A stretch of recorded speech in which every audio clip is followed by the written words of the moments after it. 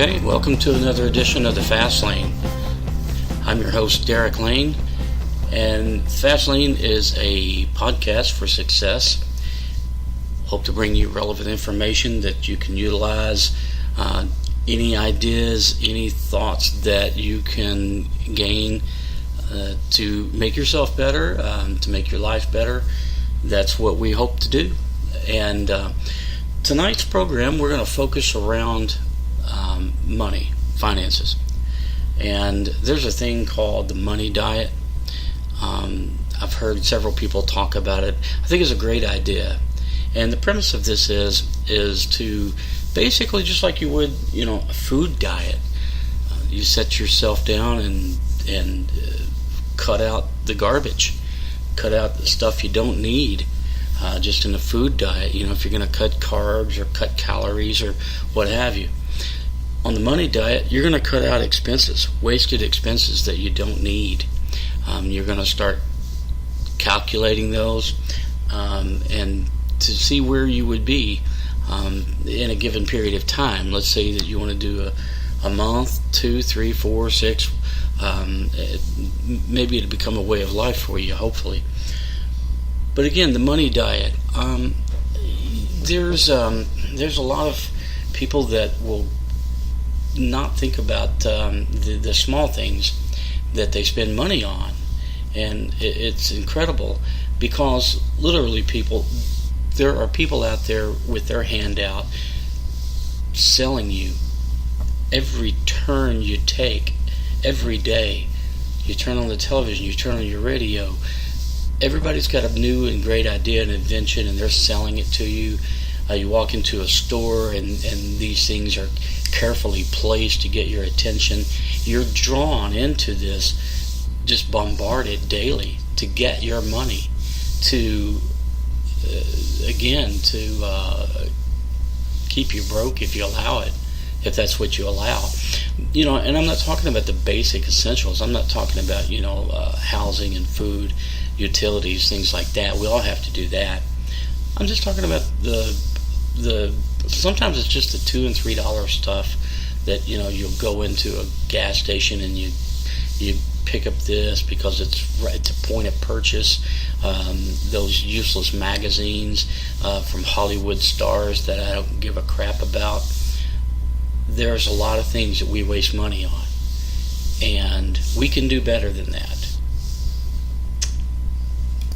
There's some basic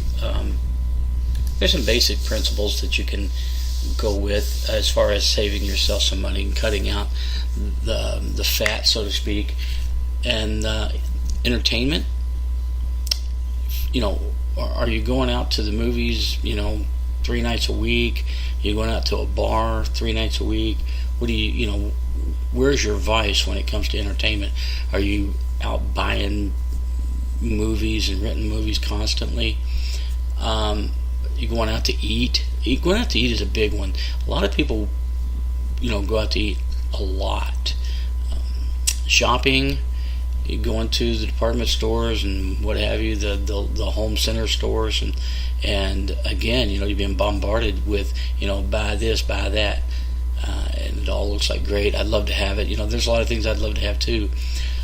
But I choose to hold on to my money a little tightly, and then make a bigger purchase once I've proven to myself that I can save enough money to buy a bigger purchase, if that's what I want.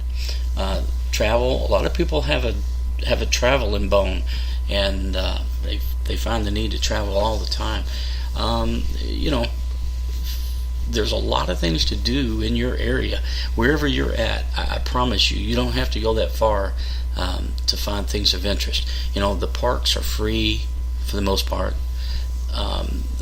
Some of these things, I know one of the things that, like my wife and I will do, we'll travel to some vineyards, do wine samplings and things. It's fun. For the most part, it doesn't cost anything. It's just enjoyable. People are very hospitable. You get to drive out in the country, because that's generally, you don't find a vineyard in any metropolitan area. So those are some of the things that you should consider to go on a money diet. The other thing is to write down your goals. Again, goals are, I don't know, you're going to get sick of me talking about goals, but I promise you, this is, if you want to enjoy success in your life, this is what you got to do. You've got to have the goals. So, if you want to save, let's say that there's something you want to buy that you just don't have the money for. Go on a money diet and save it. Save it by doing a money diet. Let's say that you want it costs $1,000. You don't have it. If you cut out your expenses, before long, you can do it. You can save that money and have it. Another thing that you can do as well is when I talk about, your housing and your groceries and that. Well, you can still cut and you can trim that stuff back.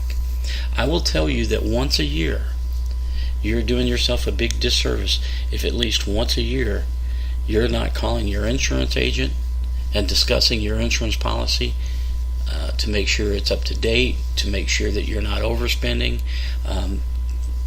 Insurance companies kind of have a way of sneaking in things here and there, that you don't notice.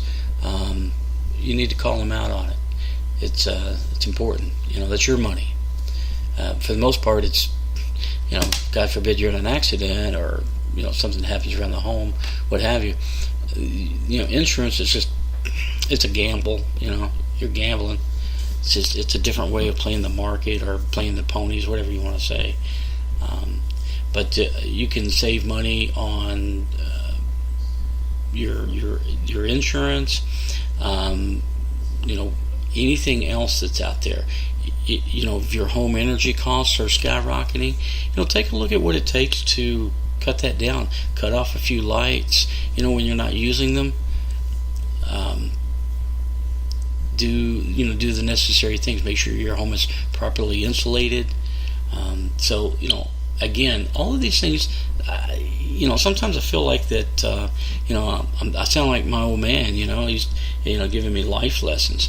But I don't think that everybody's heard all of these things that you have to do.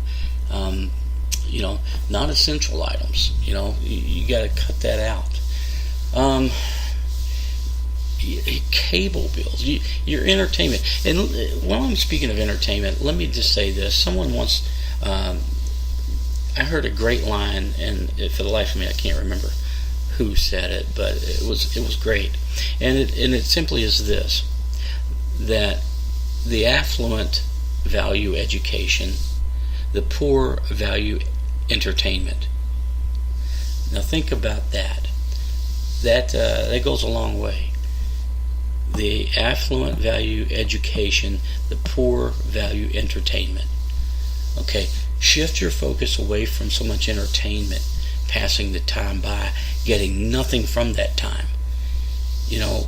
When you're sitting around watching Matlock or Murder She Wrote, I know those are 20-year-old shows, but what do you? Other than just a small smidgen of entertainment, and that's okay to have a little bit. We all have to have a little bit, but when your total day and evening is consumed with nothing but just vegging out in front of the TV, you're not doing anything. You're not doing anything to help your cause. Spend an hour, dedicate at least an hour of your evenings writing down, game planning, coming up with ideas and strategies to help out your life, to help out your direction, to get going, start a cause, whatever it is, those little hopes and dreams that are in the back of your head. If you give yourself at least an hour, I hope more, but I gotta crawl before you walk, right? So you may be saying, well, Derek, that's great if that's who you are. That's not who I am. Well, it needs to be who you are. It really does. You want to turn the TV off, go for a walk instead of watching a movie. Read a book. Aha, read a book. Well, see, now you're telling me to buy money, spend money on a book. Nope. You ever heard of a thing called the library? They're free, at your disposal. Any and all subjects and books are at your disposal, free. If you don't have a library card, shame on you. If you want to test someone's credibility, ask to see their library card. If they don't have one, yeah, okay, you get my point. Do a lot of DIY projects around your home. There's a lot of things you can do. Are you paying for a grass cutter when your butt can be out there pushing a mower, or even riding it if it's, whatever? It's just your time. I have a riding mower. I've got, I guess a couple of acres on my lot here, and I have a riding mower because I'm not going to push 2 acres. It's a little extreme, but yeah, I take that time to make my yard look good. But some earbuds, listening to whoever some motivational learning, great podcasts that are out there. You can do multitask things to make your life better. Cutting the grass and gaining information at the same time. Wow, what a concept. How big of a commute do you have? Okay, my office is about 25 minutes from my home. That's I don't know. I would think that's probably about average for a lot of folks, 25 minutes. But those 25 minutes, my vehicle is a learning institution. Whether it's a great podcast or a CD series from whomever, Earl Nightingale to Brian Tracy, they're on and on and on. Find ways to develop yourself. Okay, I'm getting a little off target. I'm going to talk about money and how to keep your money and how to reduce your debt. A lot of your debt is self-inflicted. When you go buy a new car, everybody wants a new car. Almost everybody, anyway. And I don't care what you say. No. Look, everybody at one point or another wants a new car. Be realistic. If it's in your budget and you have, see, here's the thing. You should determine how much disposable income you have at the end of the month, end of the week, however you want to set it up, end of the year. I don't care. But there needs to be a percentage of disposable income. What is disposable income? Well, that's money left over, really. That's money left over. You pay your bills. What you got left out of your paycheck after you pay your bills, that's disposable. And why is it called disposable income? Even that term is negative because it encourages you to spend it. And there's a certain amount of our economy that depends upon people spending their disposable income. However, if they depend on me, they'll rethink the structure of their economy because I'm not going to do it. I encourage you not to do it either. However, it's out there because people do. They spend everything that they've got, every dime. And it's always been said, no matter how much you make, some people are going to spend. Whatever they make is what they're going to spend. I make $50,000 a year, boom, they're going to spend $50,000 a year. I make $100,000 a year, boom, they're going to spend $100,000 a year. Because that's what people get, used to. They get entitled to.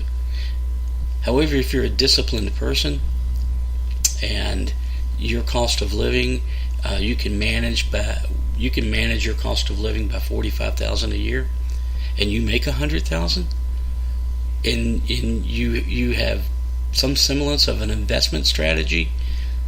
I'm not even talking to you. You got it going.